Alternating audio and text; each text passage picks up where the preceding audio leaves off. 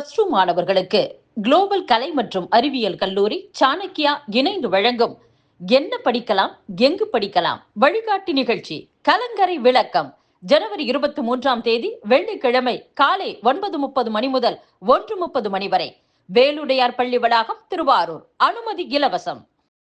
காசா பகுதியில் அமைதியை நிலைநாட்டவும் போருக்கு பிந்தைய நிர்வாகத்தை மேற்பார்வையிடவும் அமெரிக்க அதிபர் டொனால்ட் ட்ரம்ப் உருவாக்கியுள்ள புதிய அமைதி வாரியத்தில் இணைய இந்தியாவுக்கு அழைப்பு விடுக்கப்பட்டுள்ளது.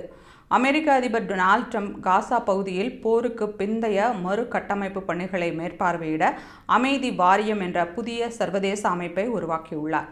இந்த அமைப்பில் உறுப்பினராக இணையுமாறு பிரதமர் நரேந்திர மோடிக்கு அவர் அதிகாரப்பூர்வமாக அழைப்பு விடுத்துள்ளார். அமெரிக்க தூதர் செர்ஜியோ கோர் அதற்கான அழைப்பு கடிதத்தை பகிர்ந்துள்ளார். சர்வதேச அரசியலில் இது பெரும் மாற்றமாக பார்க்கப்படுகிறது. ட்ரம்பின் 20 அம்ச விரிவான அமைதி திட்டத்தின் ஒரு முக்கிய பகுதியே இந்த அமைதி வாரியம். ஹமாஸ் அமைப்பின் ஆட்சிக்கு பிறகு காசா பகுதியில் ஒரு தற்காலிகமான அரசியல் சார்பற்ற தொழில்நுட்ப வல்லுநர்கள் அடங்கிய பாலஸ்தீன குழுவை உருவாக்குவதை இந்த குழு நோக்கமாக கொண்டுள்ளது. ஆட்சி நிர்வாக சீர்திருத்தம், முதலீடுகளை திரட்டுதல் மற்றும் காசாவின் உட்கட்டமைப்பு வசதிகளை மேம்படுத்துதல் போன்ற முக்கிய பணிகளை இந்த வாரியம் கவனிக்கும்.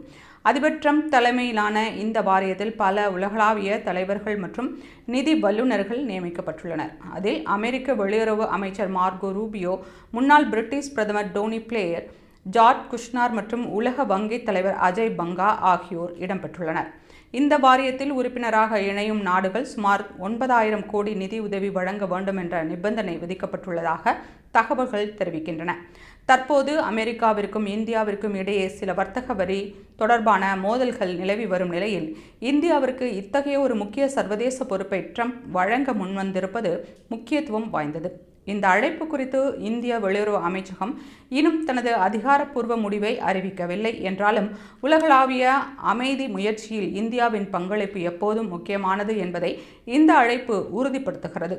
இந்தியாவை தவிர அர்ஜென்டினா, கனடா, துருக்கி மற்றும் எகிப்து போன்ற நாடுகளுக்கும் ட்ரம்ப் அழைப்பு விடுத்துள்ளார்.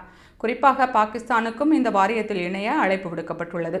பாகிஸ்தான் பிரதமர் ஷெபாஸ் ஷெரீப் இந்த அழைப்பை ஏற்றுக்கொண்டுள்ளதாகவும் சர்வதேச அமைதி முயற்சிகளுக்கு தங்கள் நாடு ஆதரவு வழங்கும் என்றும் அந்நாட்டு வெளியுறவுத்துறை தெரிவித்துள்ளது.